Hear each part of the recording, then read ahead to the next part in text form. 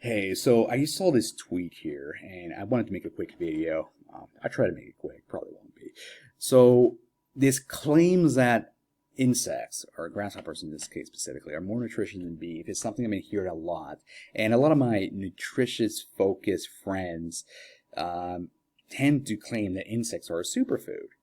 And it's the food of the future. It has more protein than beef, three times more iron, has more B vitamins, etc. They keep bragging about this, and the push for grasshoppers or insects in general tends to be coming from an angle that they want to have it replace other protein sources, primarily beef, or beef is the big bad one right now. There are two aspects of the claim for replacing insects with beef. One is the environmental aspect, and the other one is the nutritional aspect. And I try to tackle the nutritional one first because I believe this is a lot easier to prove that's complete bullshit. And then I'll give my thoughts on the environmental one. But I do want to say I do endorse the consumption of insects in general. I do eat them myself. I grew up eating chapulines, which is a form of pretty big grasshoppers, or the smaller variety. Similar to this, this seems to be a species that comes from East Asia, based on some of the stuff I've bought over the years. In Mexico, you have like the maguey worms. In tequila, they might put a little worm in there. There's certain dishes made out of the eggs of certain species of hormigas, ants.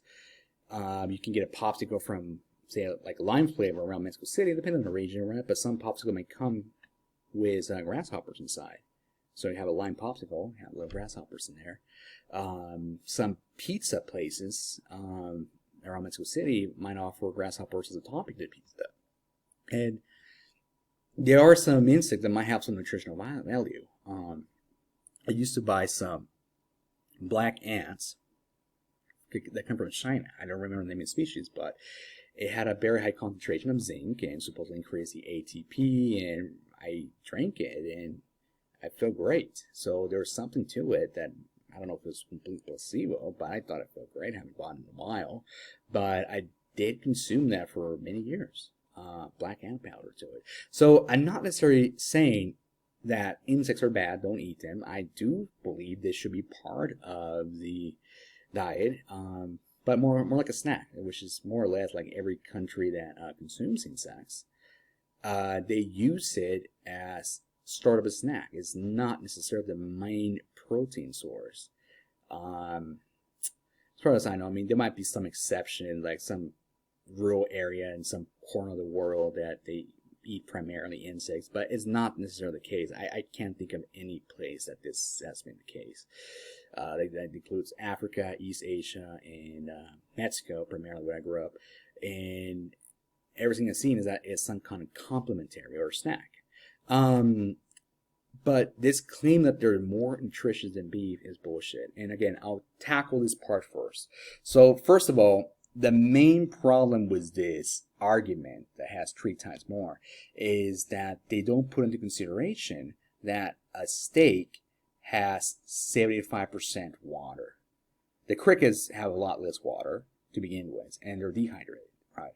So if you want to compare it from apples to apples, you're not going to compare it to a steak, which is essentially everywhere I've read, and a lot of places don't specify it. So either it's not determined or they specify it's like a pound of ground beef versus a pound of crickets or insects. And the other aspect of this problem too is that the quality of the protein is not as good. So it's about soy protein for the insects. So the quality is better protein to begin with. And if you dehydrate it, it has 3 times more protein if you get a pound of jerky versus a pound of steak, right? So now if you put those two together here, it's about the same. And you have a higher quality protein on the beef, right? And they put these comparisons, either like ground beef, if you're reading there like steak, and this seems to be round eye. So where the hell is this claim of higher nutrition coming from? I don't believe this is true. This is bullshit. There's manipulating the facts to make it look a lot better than it really is. So it's one of those marketing tricks where, yeah, technically it's true, but again, the main culprit you're saying then is that water is harmful for the planet, which is something they actually have done for fruits. So in this particular article, and I've read a lot of them over the years, but there is this claim too that CO2, increasing CO2, is making plants less nutritious, right? So you have to read here how more carbon dioxide can make food less nutritious, and the subtitle, carbon dioxide helps plants grow. But a new study shows that rice grown in higher levels of carbon dioxide has lower amounts of several important nutrients, which, again, I know exactly where the hell this is going to. I've read about plant biology and grew up in a agriculture area. But essentially, you have here where they start talking about has less protein, iron, zinc, right? Than rice, right? So then the rice cultivated with lower CO2, and they go on and explain how it has less B vitamins but has more vitamin E. So this seems to be the big ones, right? So you got to realize too, this is kind of bullshit because iron and zinc are provided by the soil of where the plant grows, right? It's irrelevant to the amount of CO2. And so what essentially happens, I'm just going to explain it really quick, is that when you have photosynthesis, when you have more CO2, the plant produces more carbs, right? So the way photosynthesis works, you have a specific orifice inside the leaf called the stomata. This opening is what allows the CO2 in the atmosphere to enter. The plant captures this and uses it to make sugar or carbs, right?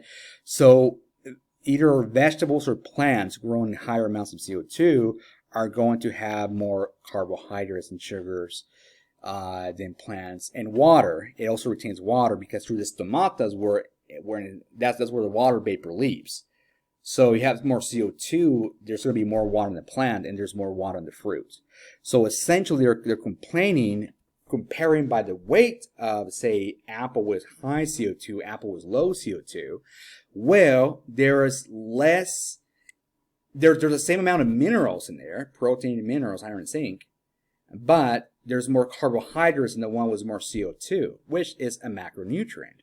So what they're saying, well, we compare it by weight, and by weight, there's more of these key nutrients with less CO2, so less CO2 is healthier for the plants, which, again, is bullshit. It's kind of like saying, well, a chicken that's starving is nothing but skin and bones, has a higher amount of calcium, based on the bones, than a chicken that's healthy and has muscles in it. So therefore, starving your chickens makes for healthier chickens. That's kind of like the logic for the plants here, for fruit and vegetables in general, that they're using, and is what they're using also for the insects. The insect has less water, or no water in this case, it's dehydrated.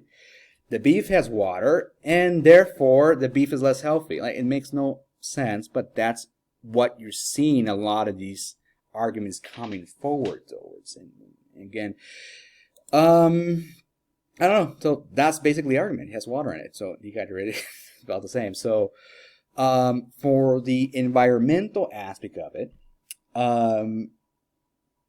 there is some deforestation happening in places like Brazil, Madagascar, which it is causing trouble, where you need to raise cattle. Most of the country was covered with forest, and well, they need to turn out the forest if they want to raise cattle. So that is true, but that's more of a local, regional, contextual problem. The U.S. has a lot of grasslands, so does Mexico. Like, you don't need to go ahead and start cutting down all the country's forests to raise cattle, right? There's no need to stop raising cattle in Texas because, say, Brazil is cutting down their forest. Makes no sense. It's not an issue.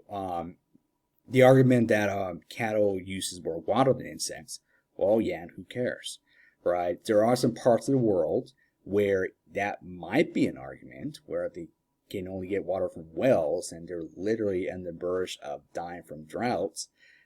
That makes a lot of sense, where you can reduce that.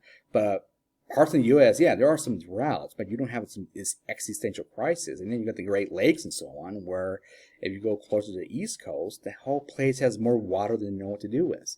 The claims that somehow we're going to run out of water because we're growing cattle in the northern hemisphere of the American continent, it's completely absurd. So, and then you got the CO2 aspect of it. I did mention with the plants how they need the CO2 to grow more sugars and carbs. And one aspect of that too is that the plants, when they lose less water vapor due to the increased amount of CO2, they live longer in hotter climates. So a lot of the claim that they claim that were to say, we have a computer model saying that in X number of years, all these plants in this region are going to die because an increase in the temperature is going to make them disappear, right? I've tried to read some documents on how they made the models, and I haven't found anything about taking into consideration that the increase of CO2 actually makes the plants easier to grow in hot climates. I grew up in Sonora, an agricultural area, cattle grazing, and we have found that it's easier to grow plants every single year, and it's attributed to the increase of CO2 in the environment. And there has been some study that we were reading back in med school talking about Israel and Africa that they came up with the same conclusion. So I'm not sure why they're saying it's going to kill these plants, but they are. And I don't necessarily believe that the computer models are some kind of scientific fact, right? It might be a tool, definitely, at 100% for models in machine learning. I build a lot of them. I love making them. But you got to realize that if you can get some inputs wrong, and the inputs are going to produce a wrong result. If you look at also natural history, the humans evolved when the jungles in Africa disappeared and the grasslands appeared, right? So more or less the main theory is that we were forced to walk bipedally, and that sort of led to the evolution trajectory to modern humans, but it was the disappearance of the forest. But why did the forest disappear, right? If you're looking at the English-speaking literature, they usually mention something like climate change and leave it at that. If you look at the Spanish literature, they do explain exactly what happened. Well, you had a decrease in CO2. Plants, there's different types of plants depending on how their photosynthesis is carried on, right? So seed tree plants, which are part of 80% of all plants in the planet, including trees, require high levels of CO2, at least 150 parts per millimeter of atmospheric CO2. We are about 400 parts per millimeter right now. If you reduce it from 150, the plants, for the most part, seed tree will die. Seed 4 plants, which are grass, for the most part, can survive with a lot less. I believe they're not exactly zero, obviously, but they're a lot closer to being almost nothing where they can survive. So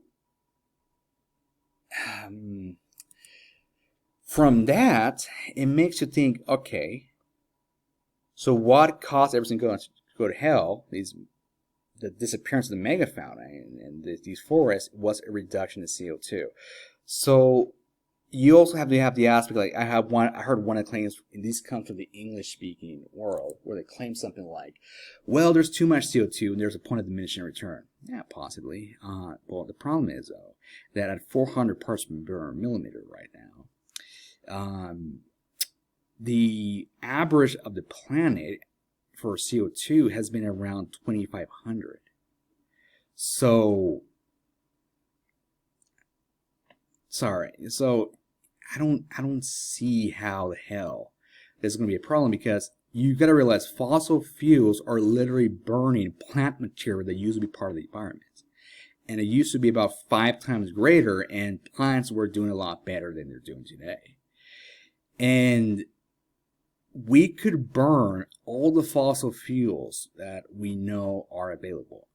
these are all the reserves. I'm not sure how deep drilling we're including about this, but we could burn everything, and it would disappear for regular consumption. Supposedly, it's going to disappear anyways in about 100 years, more or less, depending on what you're talking about, if it's natural gas or coal. But we can burn everything we know exists, and you would still not even get to twice as much CO2 in the environment.